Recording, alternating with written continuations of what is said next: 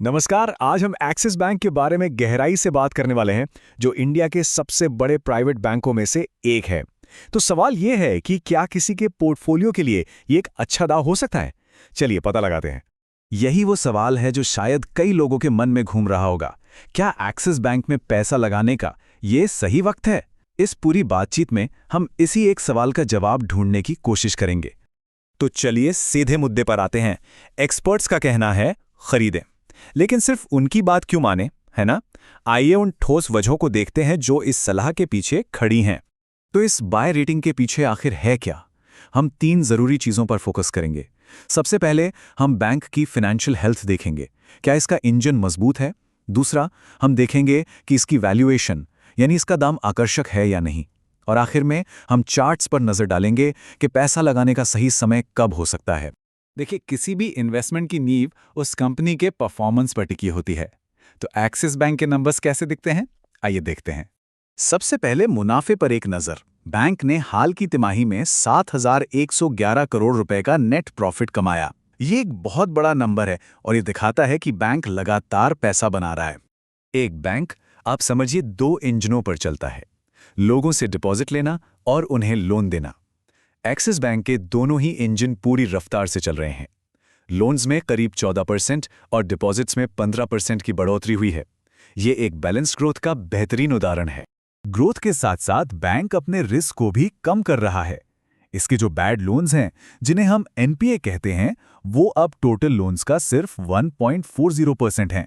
ये एक बहुत ही हेल्दी साइन है, जिसका मतलब है कि बैंक सोच समझकर उधार दे रहा है। तो ठीक है, परफॉर्मेंस तो मजबूत है, लेकिन क्या स्टॉक की कीमत सही है? चलिए जरा इसकी वैल्यूएशन पर एक नजर डालते हैं। जब हम वैल्यूएशन की बात करते हैं तो अक्सर पीई रेशियो को देखते हैं। ये हमें बताता है कि हम हर 1 रुपए के मुनाफे के लिए कितना पैसा दे रहे हैं। एक्सिस बैंक का पीई लगभग 14-15 है, जो इसके बड़े कंपटीटर्स एचडीएफसी और आईसीआईसीआई बैंक के मुकाबले थोड़ा कम है। आसान भाषा में कहें तो ये थोड़ा सस्ता लग रहा है। और बात यहीं खत्म नहीं होती। ये न सिर्फ अपने कॉम्पिटिटर से सस्ता है, बल्कि अपने ही पिछले रिकॉर्ड के मुकाबले भी सस्ता है। पिछले 5 सालों में इसका पी रेशियो 19 के आसपास रहा है। आज ये 14-15 पर है। ये एक और इशारा है कि इसमें अच्छी वैल्यू हो सकती है। तो नंबर्स अच्छे दिख रहे हैं और कीमत भी सही लग रही है, लेकिन आगे क्या? आइए देखते हैं कि भविष्य में एक्सिस बैंक के लिए क्या मौके हैं और क्या चुनौतियां हो सकती हैं। देखिए, हर कहानी के 2 पहलू होते हैं। एक तरफ एक्सिस बैंक डिजिटल पेमेंट्स में लीडर है और छोटे मझोले बिजनेस को तेजी से लोन दे रहा है। ये इसका ग्रोथ इंजन है। तो दूसरी तरफ मार्केट में जबरदस्त कंपटीशन और बढ़ती लागत जैसी चुनौतियां भी हैं, जो इसके मुनाफे पर असर डाल सकती हैं। और ये सिर्फ बैंक की बात नहीं है, पूरी इंडियन इकोनॉमी इसे एक तरह से सपोर्ट कर रही है।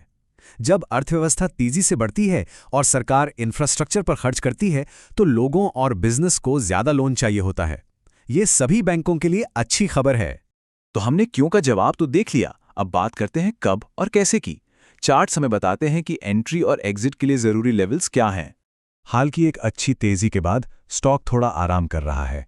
ये एक रेंज में घूम रहा है, जो अक्सर किसी बड़े मूव से पहले की शांति होती है। इसे एक स्प्रिंग की तरह समझ सकते हैं, जो अपनी अगली छलांग के लिए एनर्जी जमा कर रहा है। इन नंबर्स को आप एक तरह से फर्श और छत की तरह सोचिए। 1,180 रुपये फर्श है, एक मजबूत बेस जो कीमत को गिरने से रोकता है, और 1,260 रुपये से 1,310 रुपये तक छत है। अगर कीमत इससे तोड़कर ऊपर निकलती है तो हम एक नई रैली देख सकते हैं। तो एक्शन प्लान क्या है? एक्सपर्ट्स का सुझाव है कि लगभग 1230 रुपए के आसपास खरीदना एक अच्छा कदम हो सकता है। अपने रिस्क को कंट्रोल करने के लिए 1175 रुपए पर एक स्टॉप लॉस लगाना जरूरी है। ये आपका सेफ्टी नेट है, जो बड़े नुकसान से बचाता है। और अगर सब कुछ सही रहा तो हम 1300 रुपए और फिर 1400 रुपए के लेवल भी देख सकते हैं। तो कुल मिलाकर बात क्या है? हमारे पास मजबूत फाइनेंशियल्स हैं, एक आकर्षक कीमत है और एक सपोर्टिव इकोनॉमी भी है। कागज पर तो सब कुछ बहुत अच्छा लग रहा है। सवाल बस ये है, क्या एक्सिस बैंक इस मौके का फायदा उठा पाएगा? इस पर नजर रखना तो बनता है।